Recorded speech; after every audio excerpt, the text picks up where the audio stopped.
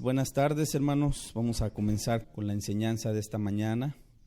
Para mí es una bendición muy grande poder estar con todos ustedes para que podamos seguir escudriñando la palabra de nuestro Dios y para que también nuestro Dios siga trayendo bendiciones sobre nuestra vida, sobre nuestra alma hambrienta y sedienta, ¿verdad? Así nos consideramos, tenemos hambre y tenemos sed de Dios, hermanos.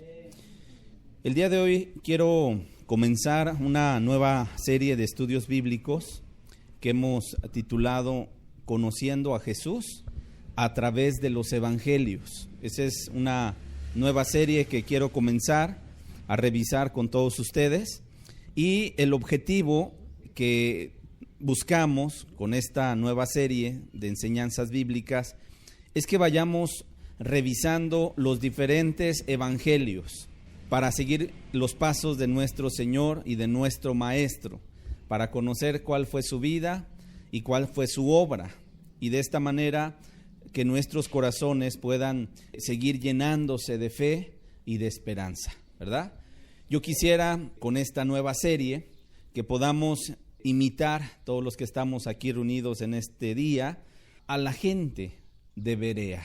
Yo creo que nos viene a la mente cuando el apóstol Pablo comenzó a hablarles de Cristo en aquel tiempo a la gente que estaba pues cerca de ellos, y comenzaron a predicar en un lugar, en otro, y uno de los evangelistas, uno de aquellos que prácticamente llenó el mundo conocido de aquel entonces del evangelio, fue el apóstol Pablo.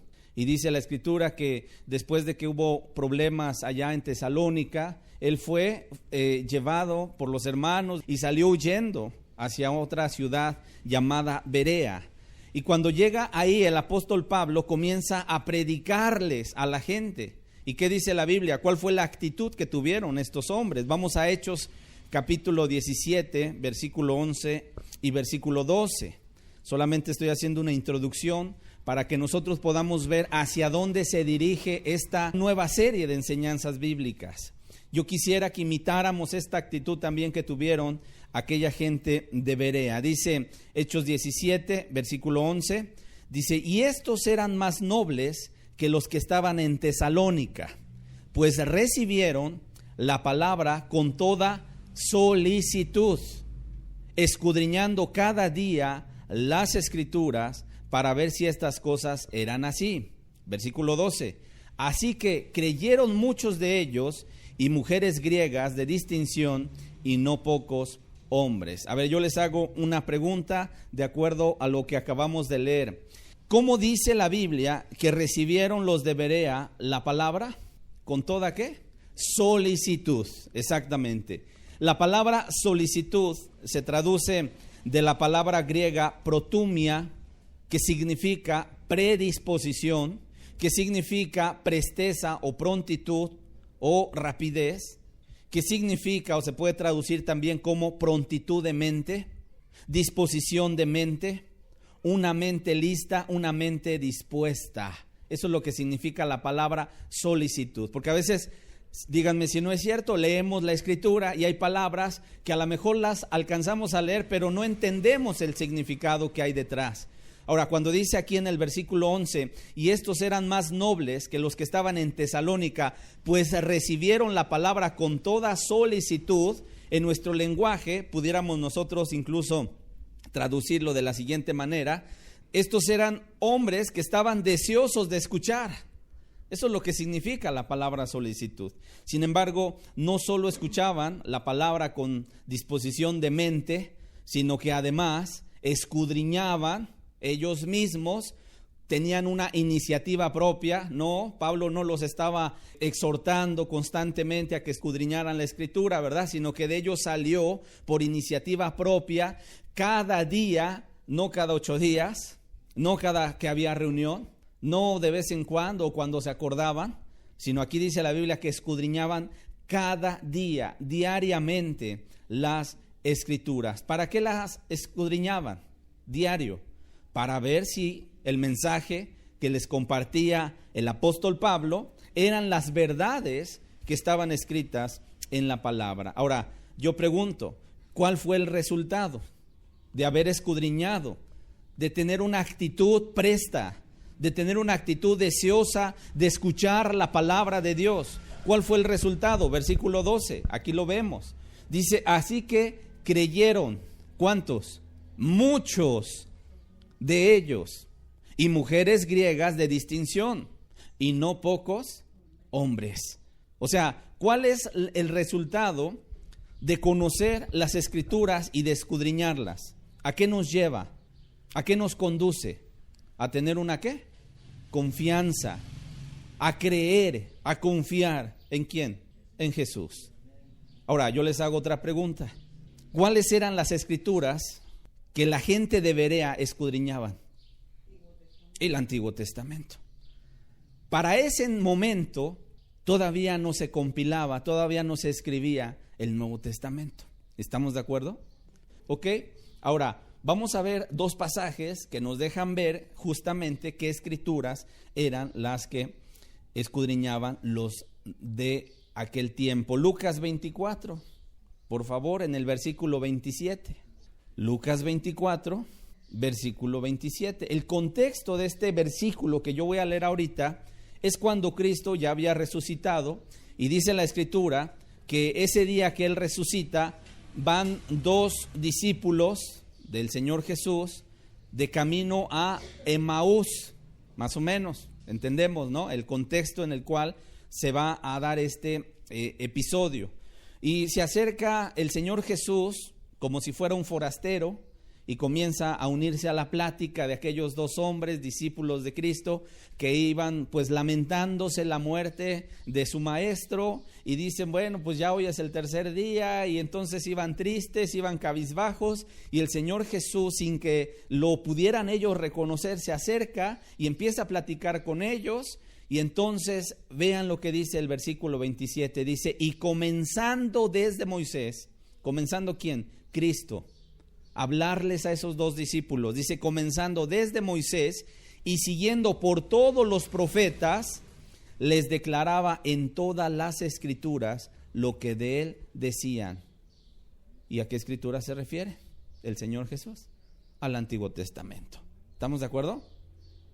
En ese mismo capítulo de Lucas 24, versículo 44, veamos otra vez, es el Señor ya dando las últimas instrucciones a sus discípulos antes de ser ascendido a los cielos, y dice Lucas 24, versículo 44, y les dijo, estas son las palabras que os hablé, estando aún con vosotros, que era necesario que se cumpliese todo, no algunas partes, sino todo lo que está escrito de mí. ¿En dónde?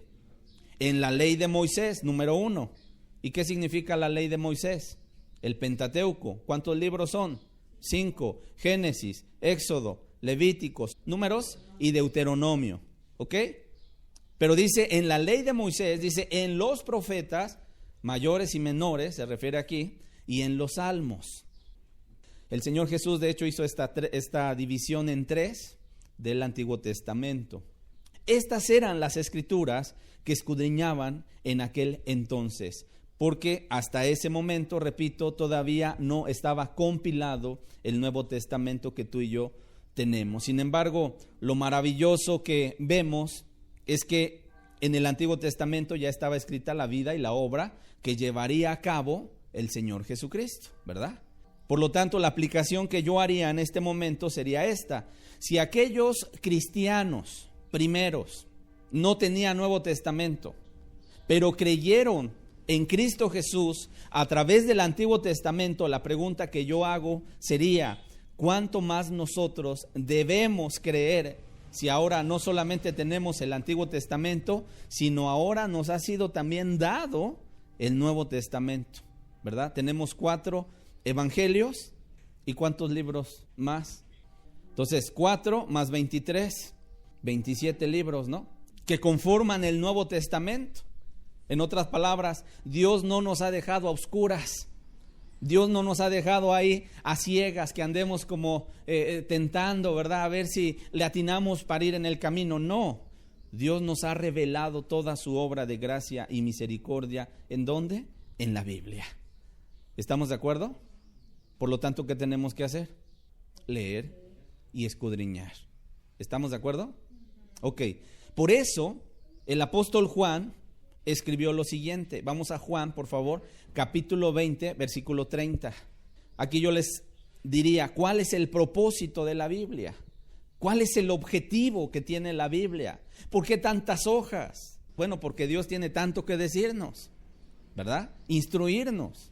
Ahora, ¿cuál es el propósito que tiene la Biblia? Juan 20:30 dice, hizo además Jesús muchas otras señales en presencia de sus discípulos, las cuales no están escritas en este libro. Verso 31. Dice, pero estas se han escrito para que creáis que Jesús es el Cristo, el Hijo de Dios, y para que creyendo tengáis vida en su nombre. ¿Para qué fueron escritas? ¿Para qué fue escrito el Evangelio? Para que creamos ¿en quién?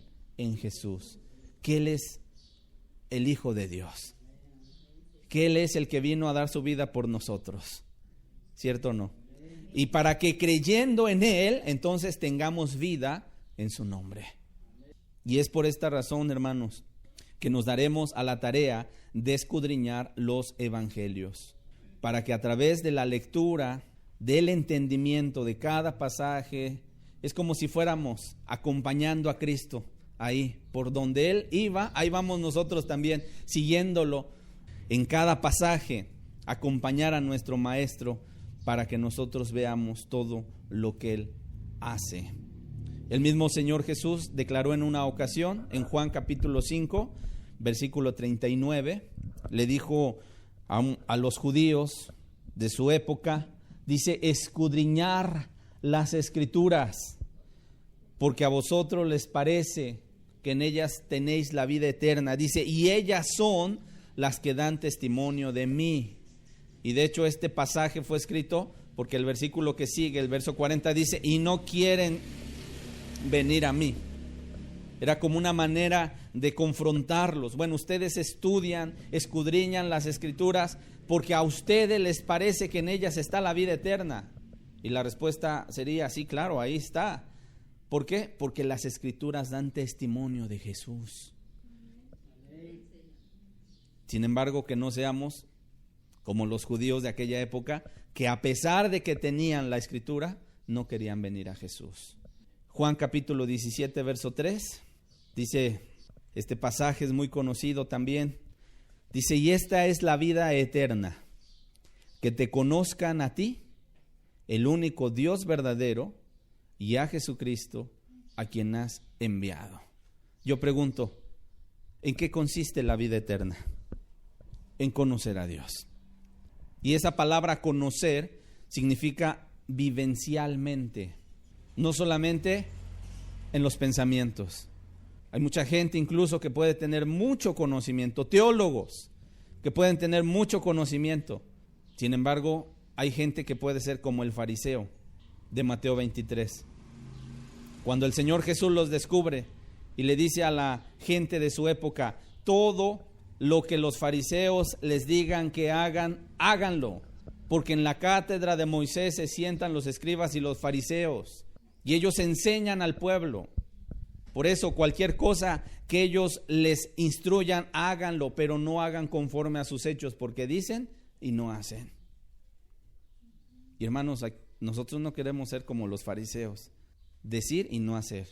Queremos que la palabra de Dios sea la que venga, escudriñe nuestra vida y nos impulse a ser imitadores de Jesús. ¿Estamos de acuerdo? Ahora yo pregunto, ¿cuántos quieren conocer a Jesús? ¿Cuántos queremos seguir conociendo más profundamente al Señor? Y yo diría que el Señor nos bendiga con esta serie. Y vamos a orar y vamos a ponernos en las manos de nuestro Dios. Padre, el día de hoy te damos gracias, Señor, porque una vez más tú nos juntas en este lugar, porque hay mucho que quieres hablarnos, Señor. Quieres seguir bendiciendo nuestras vidas, quieres seguir hablando a nuestro corazón, Señor.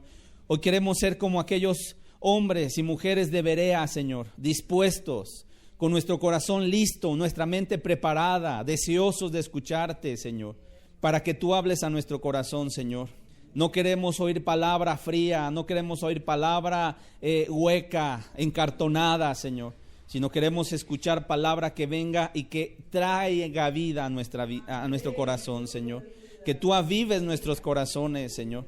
Que aún al poder escudriñar tu palabra y ver tal vez eventos, Señor, previos a tu manifestación el día de hoy, Señor, Padre, venga nuestro corazón a sentirse impulsado a amarte cada vez más, a leer tu palabra, a encontrarle, Señor amado, el sabor a tu palabra, Dios. Por eso te pedimos el día de hoy, háblanos, que nadie regrese a su casa igual que como vino, sino que cada uno llevemos una bendición en nuestro corazón.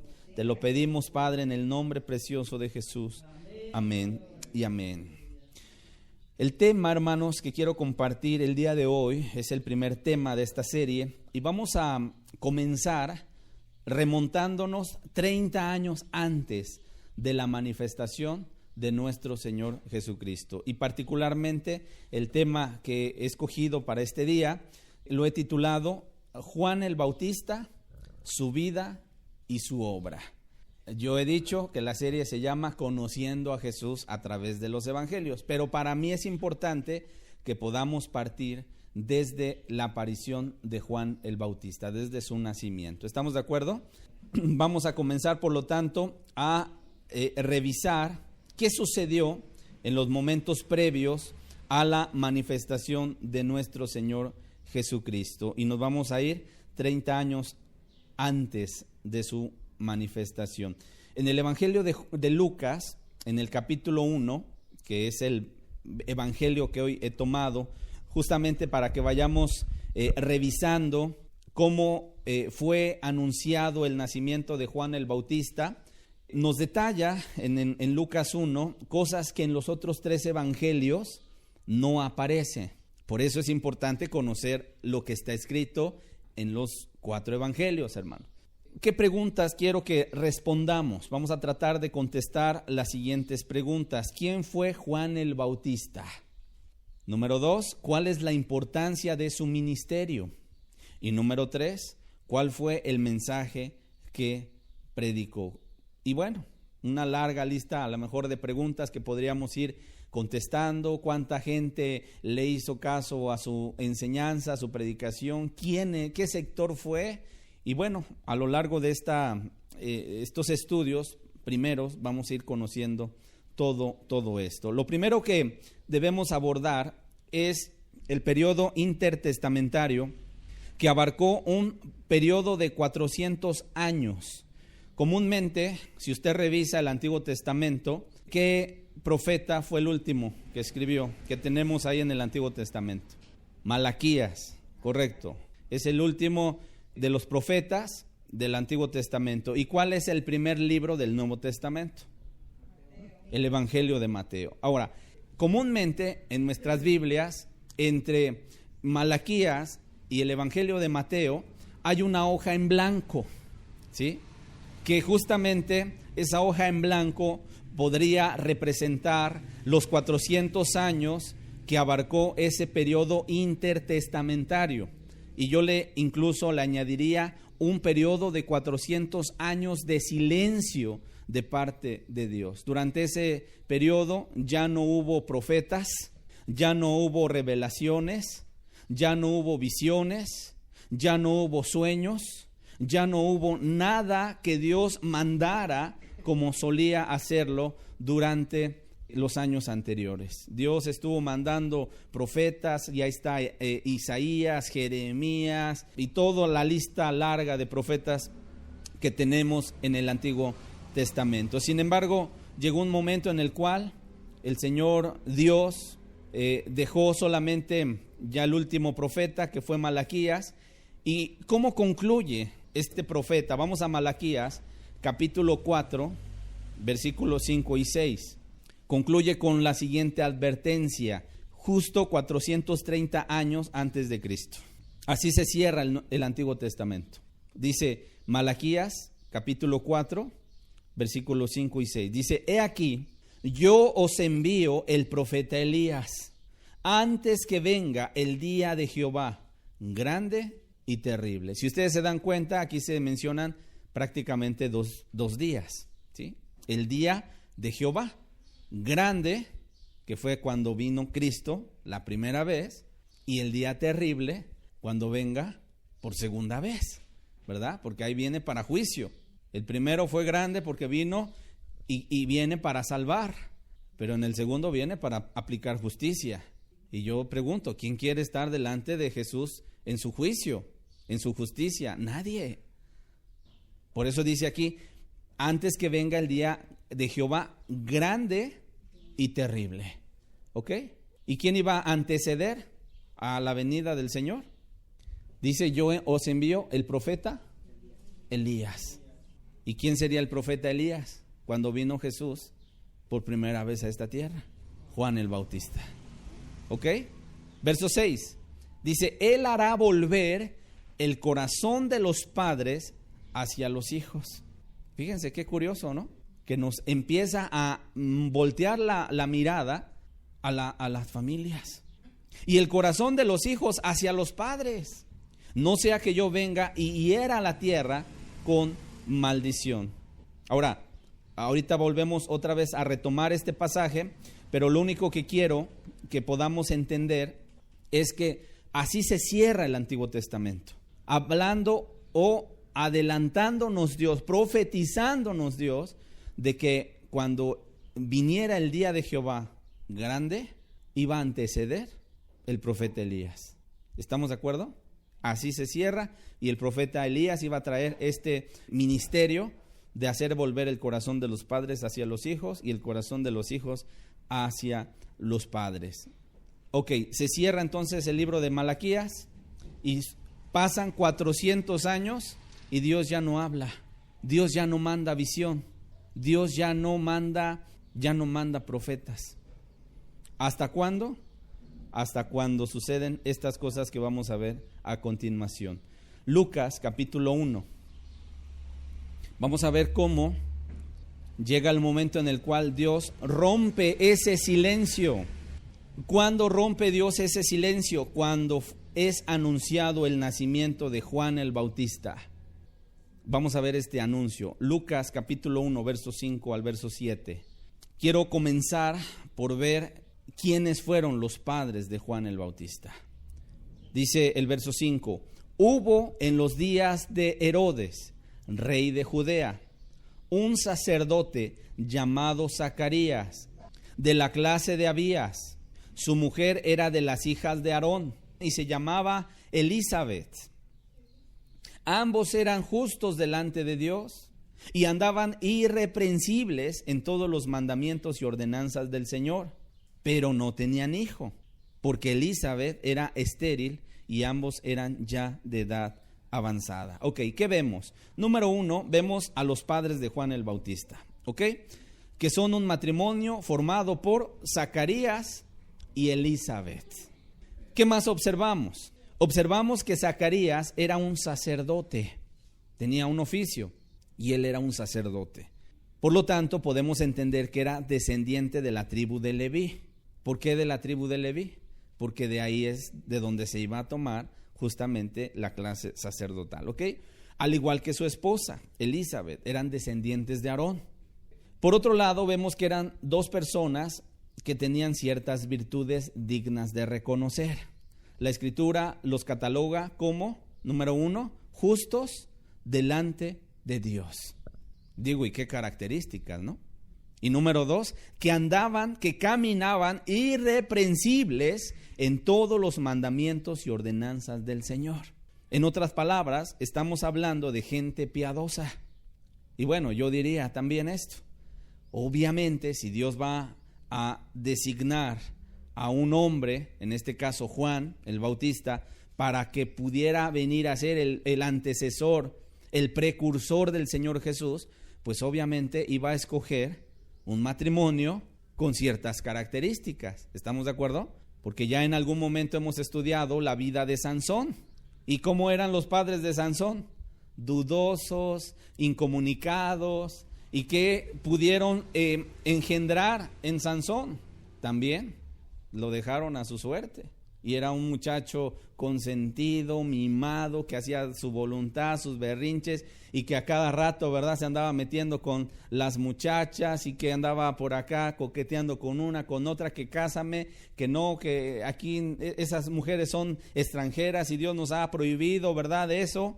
No, pero yo la quiero a ella, y hacía sus berrinches a sus padres, tomaba de lo que le estaba prohibido porque era un nazareo, ¿sí? Tenía un voto de nazareato desde su nacimiento y por lo tanto no podía tocar cosa muerta. Y cierto, no, Sansón un día fue y agarró de un león muerto, le metió la mano que tenía un panal de miel y se lo sacó y se lo iba comiendo, y llegó y le dio a sus padres. Una falta de comunicación entre ellos. Olvídense cómo terminó Sansón, siendo cautivo, perdiendo sus ojos, y al final incluso él se mata con todos los filisteos que estaban celebrando a su Dios en una festividad.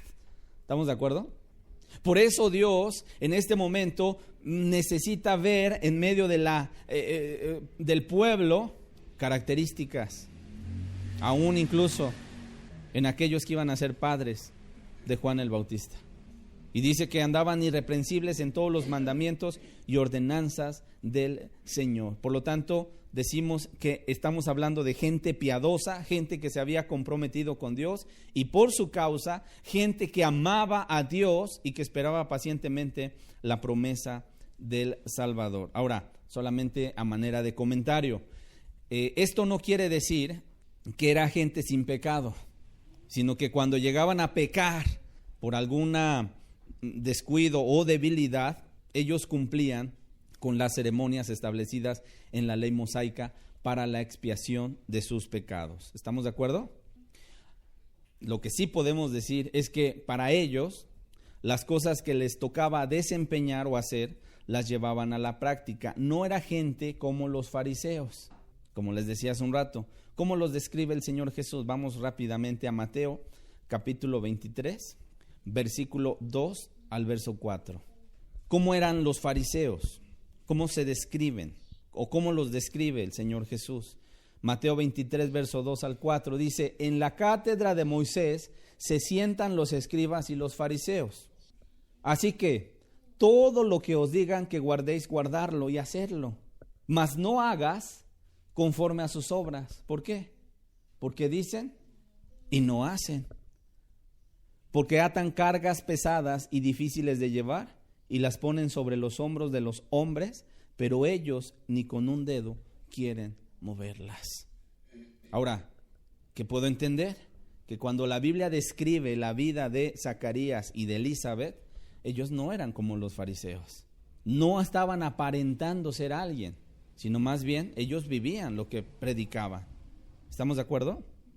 Eran justos delante de Dios y caminaban irreprensibles en cuanto a la ley. Sin embargo, aparece el pero que cambia las cosas. ¿Qué dice el verso 7 de Lucas 1?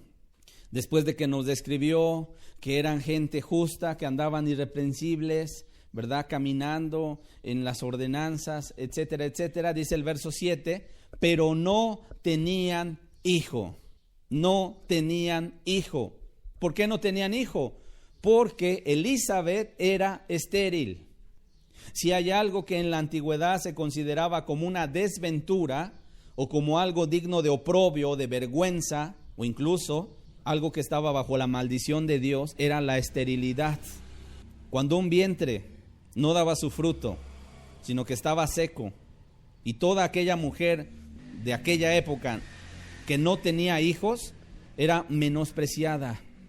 Por eso Elizabeth, cuando quedó embarazada, después de este anuncio que todavía no terminamos de revisar, y fue visitada por María, la madre del Señor, dice en Lucas 1:25, nada más para que tengamos justamente que Elizabeth sí sufría por el menosprecio tal vez de la gente, de la sociedad. Dice Lucas 1:25, así ha hecho conmigo el Señor en los días en que se dignó quitar mi afrenta entre los hombres. ¿Si era una afrenta o no?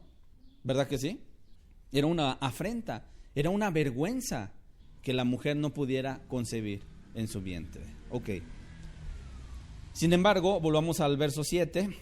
Para colmo de males, no solamente la matriz de de Elizabeth era estéril, sino también dice, y ambos eran ya de edad avanzada. La versión Dios habla hoy dice, los dos eran ya muy ancianos.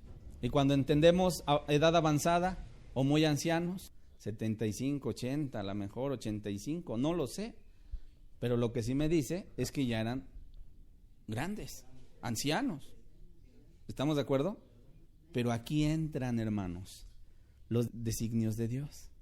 Porque para Dios no hay nada imposible. En otras palabras, a pesar de que Elizabeth era estéril y que era de edad avanzada, Dios obró un milagro. Dios obró un milagro. Cuando Zacarías estaba ejerciendo el oficio sacerdotal, dice la Biblia que le tocó ofrecer el incienso en el santuario. Y justo cuando él estaba haciendo su servicio, ¿qué crees? Se aparece un ángel del Señor llamado Gabriel. Y puesto en pie a la derecha del altar, del incienso, empieza a hablarle a Zacarías. ¿Tú te puedes imaginar la impresión que se debe tener al ver a un ángel de Dios? Imagínate, ver a un ángel de Dios. No era algo normal o natural ver un ser angelical puesto en pie delante de ti y que además te hablara. ¿Qué dice Lucas 1, versículo 13? El pueblo o la multitud estaba allá afuera esperando, orando incluso, dice la Biblia, orando mientras Zacarías estaba desempeñando su oficio. Y entonces se aparece el ángel y Zacarías se turba en su corazón y le sobrecoge temor. Imagínate ver ahí un ángel, ¿no? Y entonces dice el verso 13, pero el ángel le dijo, Zacarías, no temas, porque tu oración ha sido oída. Y tu mujer Elizabeth te dará a luz un hijo y llamará su nombre Juan. Y tendrás gozo y alegría y muchos se regocijarán de su nacimiento. ¿Qué le dice el ángel ahora? Número 1, le dice el ángel, no temas. ¿Y por qué le dice no temas? Porque le da la razón del por qué no debe temer. Dice, porque tu oración ha sido oída. ¿Qué podemos entender? Que Zacarías y Elizabeth constantemente en sus años de juventud habrían pedido a Dios por un hijo, ¿cierto o no? Ahora yo me puedo imaginar a Zacarías y a Elizabeth que se casan jóvenes y pues de repente, ¿verdad? Empiezan a pasar los días, los meses y los años y nomás nada. Y probablemente Zacarías decía, mujer, dame un hijo. O probablemente Elizabeth se culpaba delante de Dios y decía, yo quiero un hijo, Señor. ¿Y por qué puedo llegar a esta conclusión? Porque dice el ángel, tu oración ha sido oída. Eso que has estado pidiendo durante mucho tiempo, ya Dios lo ha escuchado. Y tu mujer Elizabeth te dará a luz un hijo. Y no solamente eso, dice, y llamará su nombre Juan. ¿De dónde vino su nombre, hermanos? De allá arriba. Porque Gabriel solamente trajo el mensaje. ¿Pero quién le dio el mensaje? Dios. Ve y dile a Zacarías esto y esto va a pasar. Gabriel es un mensajero que está delante de la presencia de Dios, un ángel fuerte que vino y le trajo mensaje a Zacarías. Anuncia, por lo tanto, el ángel Gabriel el nacimiento de Juan el Bautista, y esto es algo importante de resaltar. Solo 3 nacimientos fueron anunciados por ángeles. Número 1, el nacimiento de Sansón. Número 2, el nacimiento de Juan el Bautista. Y número 3, el nacimiento de Jesús. Por lo tanto, yo digo, ¿era importante el nacimiento de este hombre? Muy importante. Y no solo es anunciado su nacimiento, sino que incluso el mismo ángel le declara cómo se debe llamar, Juan. ¿Y saben qué significa Juan?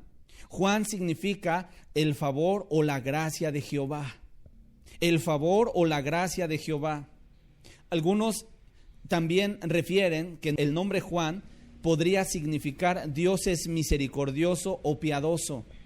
Y lo que yo digo, cualquiera de los dos significados nos dejan ver la buena voluntad de Dios para con la humanidad. ¿Sí o no? Ok, ¿qué más? Vamos a Lucas 1:15.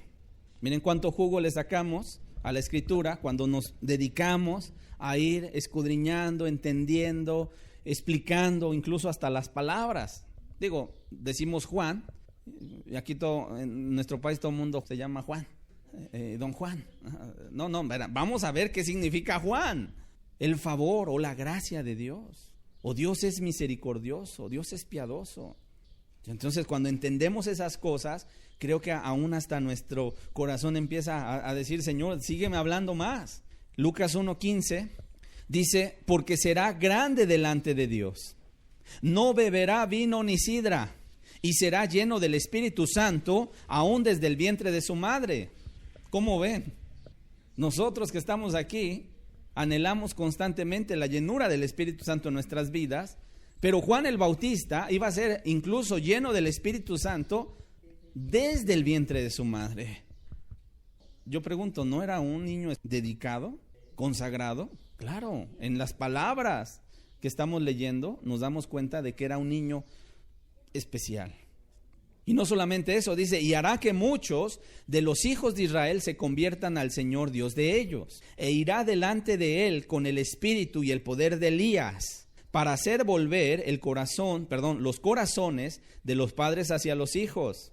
¿Qué está citando el ángel Gabriel? A Malaquías. Y de los rebeldes a la prudencia de los justos, para preparar, fíjate cuál es el objetivo de este ministerio: para preparar al Señor un pueblo bien dispuesto. ¿Qué vemos? Por lo tanto, que el ángel Gabriel le anuncia ahora a Zacarías. Número 1, que ese bebé sería grande delante de Dios. ¿Y por qué iba a ser grande delante de Dios? Sería grande, número 1, en su separación personal para Dios. Desde que estuviera en el vientre de Elizabeth, sería nazareo. En otras palabras, sería apartado, estaría consagrado para Dios desde antes de su nacimiento.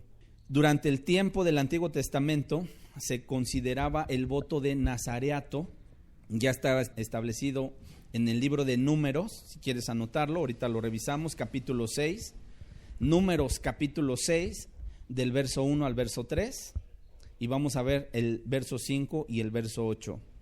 Pero quiero, antes de que leamos esta porción de la Escritura, decirle lo siguiente: este voto de nazareato Dios lo dejaba a consideración de la gente, hombres y mujeres que quisieran consagrarse por un tiempo a Dios, tenían que seguir ciertas pautas, ciertos requisitos. Sin embargo, en los casos ordinarios, el voto de nazareato era voluntario y temporal. Es decir, no te obligaban, sino más bien tú decidías si te apartabas o te consagrabas a Dios un tiempo. ¿Ok? Durante ese tiempo no ibas a poder hacer ciertas cosas, ni comer ciertos alimentos, ni beber ciertos líquidos. Ahorita lo vamos a ver. Sin embargo, en el caso de Juan el Bautista, vemos que fue considerado nazareo desde el vientre de su madre. Ahora sí, vamos a Números capítulo 6. Cuando leemos, por ejemplo, no beberá vino ni sidra, a lo mejor a nosotros en nuestra cultura no nos dice mucho, pero miren en el contexto de la Biblia. Número 6, verso 1 al 3. Habló Jehová a Moisés diciendo: habla a los hijos de Israel y diles: el hombre o la mujer que se apartare haciendo voto de nazareo para dedicarse a Jehová, se abstendrá de vino y de sidra. Ahora sí nos queda claro, ¿verdad? ¿Por qué Gabriel le dijo a Zacarías: no beberá vino ni sidra? ¿Por qué? ¿Qué estaba declarando el ángel? Que Juan el Bautista iba a ser un hombre dedicado a Dios. No beberá vinagre de vino, ni vinagre de sidra, ni beberá ningún licor de uvas, ni tampoco comerá uvas frescas ni secas. Verso 5. Todo el tiempo del voto de su nazareato no pasará navaja sobre su cabeza. ¿Cómo era Sansón? Pues con su pelo largo, ¿no? Y de hecho ahí estaba la fuerza. ¿Por qué? Porque indicaba un voto de consagración. De hecho, Sansón también fue apartado desde el vientre de su madre, al igual que Juan. Hasta que sean cumplidos los días de su apartamiento a Jehová, será santo, dejará crecer su cabello. Verso 8, todo el tiempo de su nazareato será santo para Jehová. Y aquí quiero hacer una comparación para que podamos entender esto. Si en aquellos días ver a un leproso era como el símbolo viviente del pecado, yo quiero decirte, ver a un nazareo era un símbolo viviente de santidad. Lepra igual a pecado. Nazareato o nazareo igual a santidad. ¿Estamos de acuerdo? Ok. ¿Qué más? ¿Qué más vemos? No solamente dice no beberá vino ni sidra, sino que además iba a ser lleno del Espíritu Santo, aún desde el vientre de su madre. Y es impactante ver que incluso el ángel manifiesta que Juan sería lleno del Espíritu Santo, aún desde el vientre de su madre. Un hombre llamado William MacDonald, en su comentario bíblico, en este versículo cuenta que el hecho de que Juan hubiese ser lleno del Espíritu Santo desde el vientre de su madre, esto no significa que Juan fuese salvo o convertido desde su nacimiento, sino solo que el Espíritu de Dios estaba en él desde el principio para prepararlo para su especial misión como precursor de Cristo. ¿Estamos de acuerdo? O sea, en este sentido, Juan no nació salvo, o no es que no haya tenido un pecado. Él debió haber pecado, como todo el ser humano ha pecado. Sin embargo, él tenía la guianza del Espíritu justamente porque iba a ser preparado como precursor del Señor Jesús. ¿Estamos de acuerdo? Y así vamos nosotros entendiendo con claridad los puntos que estamos abordando. Ok. Además, aparte de ser apartado para Dios, de tener la llenura del Espíritu Santo aún desde el vientre de su madre, también sería grande en su papel como heraldo del Mesías. A muchos de los hijos de Israel haría que se convirtiesen al Señor, Dios de ellos. En otras palabras, su ministerio sería como el del profeta Elías, tratando de llevar al pueblo a una nueva relación con Dios. ¿Por medio de qué? Al arrepentimiento. Que ya veremos en otro momento el mensaje que predicó Juan el Bautista. Leamos el verso 17. Dice: e irá delante de él con el espíritu y el poder de Elías, para hacer volver los corazones de los padres a los hijos y de los rebeldes a la prudencia de los justos, para preparar al Señor un pueblo bien dispuesto. Ahora, si nos dimos cuenta, prácticamente el versículo 17 es el mero cumplimiento de Malaquías 4:6. Les vuelvo a leer Malaquías 4:6. Dice: Él hará volver el corazón de los padres hacia los hijos y el corazón de los hijos hacia los padres, no sea que yo venga y hiera la tierra con maldición. Dios está enfocando su atención a las familias principalmente. Todo es importante, pero mientras las familias estén disfuncionales y divididas y el padre divorciado de la madre y los hijos rondando por allá, ¿verdad? Ahí pues ajenos a la vida familiar, la sociedad es un caos. Por lo tanto, ¿dónde viene a poner Dios la mirada? A las familias. Que el corazón de los padres se vuelva a los hijos y el corazón de los hijos se vuelva a los padres. ¿Estamos claros? Por lo cual ya tenemos delineado en estos pocos versículos que acabamos de leer que aquel bebé que estaba siendo anunciado por el ángel Gabriel a su padre Zacarías, o a quien fuera el padre Zacarías, sería el precursor del Señor Jesucristo. Sin embargo, ante todo este anuncio de buenas nuevas, vamos a ver ahora cuál fue la respuesta de Zacarías. Como cualquiera de nosotros, este hombre reaccionó con un tono de incredulidad. Lucas 1:18. ¿Qué hubiésemos pensado? Que a lo mejor Zacarías se hubiera brincado de gusto, ¿no? Y de alegría al escuchar que se le estaba anunciando el nacimiento de su hijo. Pero humanamente hablando, Zacarías actuó como cualquiera de nosotros hubiese actuado. Dice el verso 18: dijo Zacarías al ángel: ¿en qué conoceré esto? Otra traducción dice: ¿cómo puedo estar seguro de esto? Fíjate la pregunta.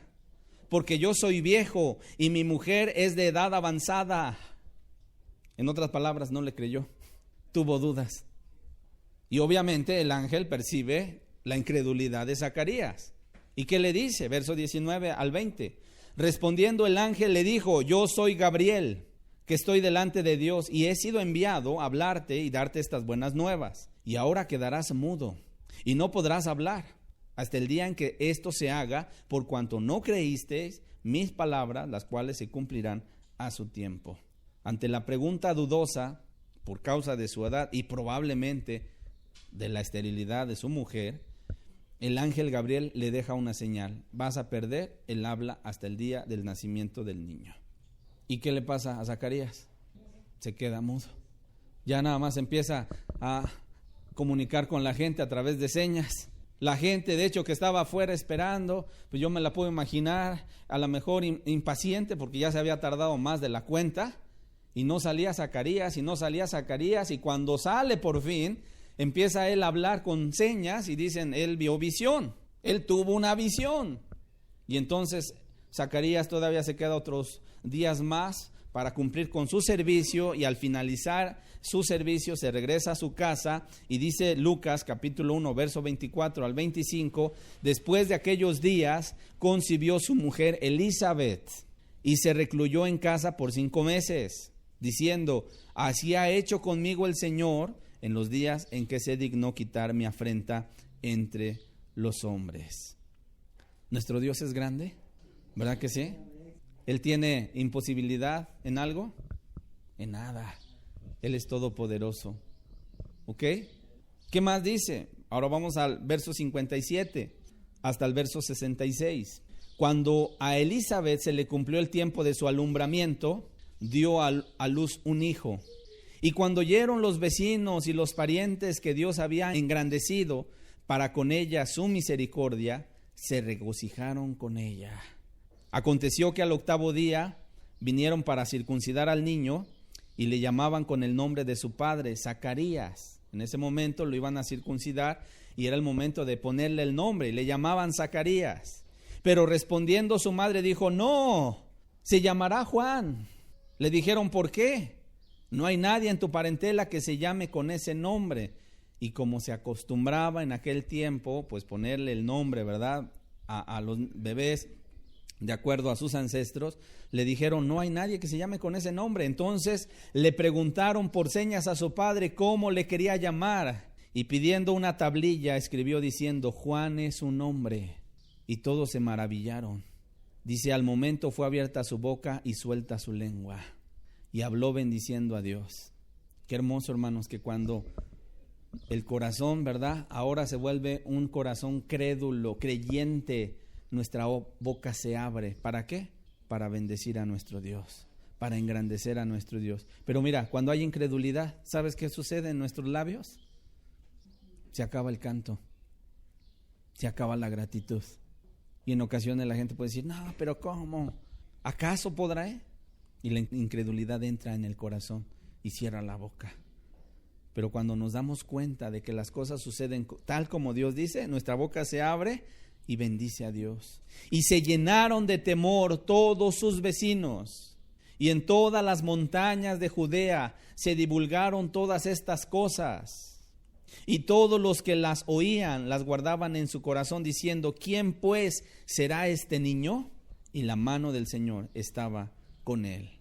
Y en ese momento, si tú sigues leyendo el Evangelio de Lucas, del versículo 67 en adelante, te vas a dar cuenta cómo Zacarías empieza a profetizar. Es lleno del Espíritu Santo y comienza a profetizar. Y de esta profecía solo quiero resaltar los versículos 76 al 79. Lucas 1, 76 al 79.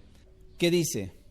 Dice: y tú, niño, profeta del Altísimo serás llamado, porque irás delante de la presencia del Señor para preparar sus caminos, para dar conocimiento de salvación a su pueblo, para perdón de sus pecados, por la entrañable misericordia de nuestro Dios, con que nos visitó desde lo alto la aurora, para dar luz a los que habitan en tinieblas y en sombra de muerte, para encaminar nuestros pies por caminos de paz. Fíjate cómo su mismo padre profetiza de este niño que está ahí, ¿verdad?, Juan, y lo llama profeta del Altísimo, profeta del Altísimo. Y dice, porque él iba a ir delante de la presencia del Señor para preparar sus caminos. ¿Cómo estaba el pueblo en aquel tiempo? Duro. ¿Cómo estaban los fariseos? Engañados. ¿Qué hacía la gente? Estaba confundida, turbada, religiosa. ¿Qué se necesitaba? Que se levantara un hombre de parte de Dios como un profeta para llamar al pueblo al arrepentimiento. Cuando hay gente, incluso esto se ve hasta nuestros días, cuando hay gente que viene a una congregación como esta y escucha un mensaje, pero trae un corazón duro, está apático, está diciendo, ay, ya se tardó esta persona, ojalá ya termine, necesito ir a ver cómo quedó el partido de fútbol. Está con sus pensamientos en otro lado, ¿cierto o no? ¿Por qué? Porque el corazón está duro. O puede ser que incluso la gente no le dé peso a la palabra y no viene a escuchar la palabra de Dios. Porque se siente bien, porque dice yo qué mal le hago a la gente. Por lo tanto, es necesario que en principio a la gente se le llame al arrepentimiento, se le confronte con el pecado, se le hablen las cosas como deben de ser. No se la apapache y se le diga, ay, pobrecito de ti, cuánto has sufrido. Sino más bien le diga el predicador, ¿verdad? O la palabra de Dios, cuán pecador has sido. Te volviste como un monstruo. Y cuando despertamos a nuestra realidad, entonces sí venimos al arrepentimiento y preparamos nuestro corazón para que Cristo venga y nos salve. Por eso incluso aquí dice, para dar luz a los que habitan en tinieblas. Los que tienen ese corazón duro, entenebrecido, necesitan primero escuchar palabra que los traiga al arrepentimiento. Y Juan tenía esa tarea de llevar a la gente al arrepentimiento para que cuando el Señor Jesús se manifestara un poco tiempo después, pudiera el corazón de esta gente estar preparada para la salvación. ¿Estamos claros? De hecho, en otro día vamos a ver cómo de sus propios discípulos de Juan se convirtieron en seguidores de Jesús. Uno de ellos, Andrés, ¿no? Andrés, el hermano de Simón. Era discípulo de Juan primero, pero después, cuando Juan el Bautista presenta a Jesús como el Cordero de Dios que iba a quitar el pecado del mundo, Andrés dijo, pues yo voy atrás de él mejor. Y fue, siguiendo a Jesús. Y llevó a Pedro. Concluyo este primer tema con Lucas 1, versículo 80. Dice, y el niño crecía y se fortalecía en espíritu, y estuvo en lugares desiertos hasta el día de su manifestación a Israel. Y el niño crecía y se fortalecía en espíritu, y estuvo en lugares desiertos hasta el día de su manifestación a Israel. Por lo que pudimos leer al principio acerca de la vida piadosa de sus padres, podemos entender que Juan fue criado bajo los principios bíblicos que había hasta ese entonces. ¿Estamos de acuerdo? De tal manera que observamos que este hombre fue preparado para acercar a Dios a un pueblo bien dispuesto. Hasta aquí detenemos esta primera enseñanza. Dios nos preste la vida. En la siguiente enseñanza estaremos abordando más acerca de la vida y de la obra de este Juan el Bautista. Vamos a hacer una oración y vamos a agradecer a Dios. Padre, el día de hoy te damos gracias, Señor, porque cuando vamos a tu palabra, a las Escrituras, nos damos cuenta, Señor, de que aún lo imposible se hace realidad, se hace posible, Señor, ante cualquier adversidad, ante cualquier obstáculo que se interponga o se quiera interponer para que no se haga tu voluntad, Señor. Tú no tienes obstáculos, Señor, tú lo quitas, tú lo haces a un lado. Y Padre, estamos mirando el día de hoy cómo ante tus propósitos, ante lo que tú has trazado, Señor, has designado, nada se puede anteponer. Cristo vendría al mundo a salvar, a perdonar, y tú mandaste un antecesor que preparara el camino del Señor, y ese antecesor fue Juan el Bautista, Señor.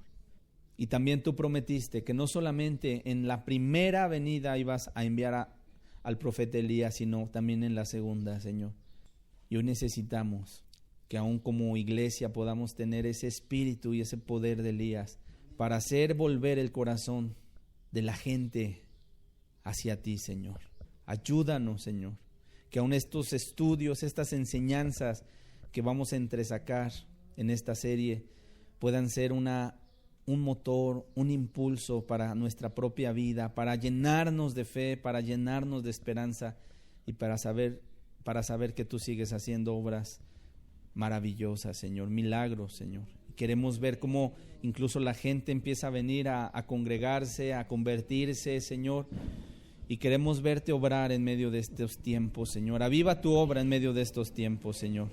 Y gracias por esta primera enseñanza, Señor. Que vengan muchas más llenas de tu Espíritu Santo, Señor. Y aunque en ocasiones confronten, Señor, sea con el único objetivo de volver el corazón hacia ti. Gracias te damos, Padre, en el nombre de Jesús. Amén y amén.